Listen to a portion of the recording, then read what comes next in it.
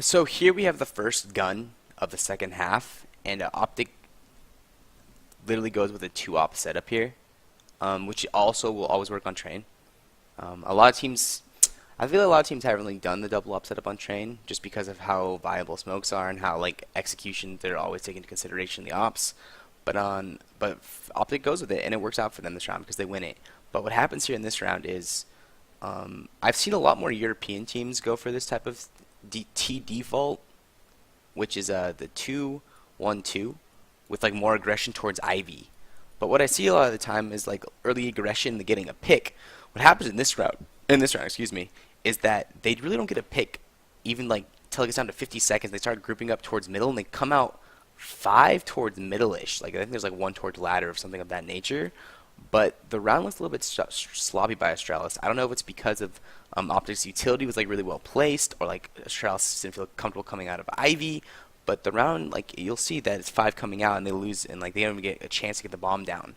What I do want to comment on, something that I see more North American teams use, is the aggressive outside hold, which is almost like a 3-1-1. 3 here, 1 towards Ivy, 1 towards inside, with like maybe like one player that's like in this general area, quick rotating to inside. It kind of allows them to, if they're going to execute outside, you contest right here first. The guy Ivy kind of like holds back these players with a smoke or molly or flash, while you have your CTs fighting the terrorists that are in this area, and then you kind of like all snap look back towards Ivy to make sure that if they do come out and trade the guy with Ivy, that you can get the kill.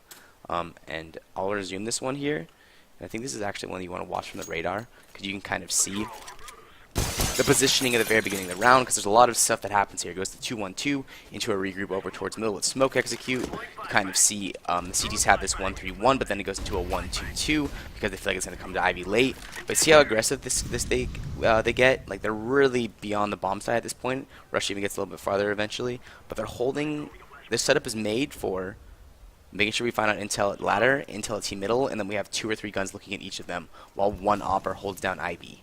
Like Mixwell's definitely on an op here. I'll even show. Yeah, there he is. He's on the op looking down, and as you can see, like how close they are on the map, just playing for each other with Rush kind of supporting. T's got more. T's even got closer up. So it's like it's literally like a 1-3-1. But it's really good. It's a good play.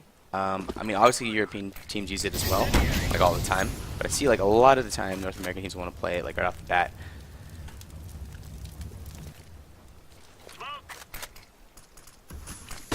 But as you can see, here's that group I was talking about. Like they don't feel comfortable with that, so they start walking back towards middle. At this point, though, it's only 45 seconds in the round. Glade's coming back with them towards middle. He's gonna, Zyver's gonna come towards ladder, and they're gonna do some type of like half-assed smoke execute. But 30 seconds in the round on T-sided train, you're losing that round a lot of the time if it's still a 5 versus 5. At this point, like the CDs can literally just use full utility, as what's happening right now. Rush using utility, trying to get them down. Tarek and Napper still up close in the smokes, causing chaos. And at this point, they get the trades. Only 19 seconds left. That bomb down their smoke towards E-Box. Device is in 1 versus 3. It's over. So I don't know who called that for Astralis. I don't know. Obviously, they didn't want to come through Ivy there to try to get that pick towards Mixwell. But that's kind of what cost them the round, in my opinion. But this is like a really good round that showcases a little bit of everything. And also a save.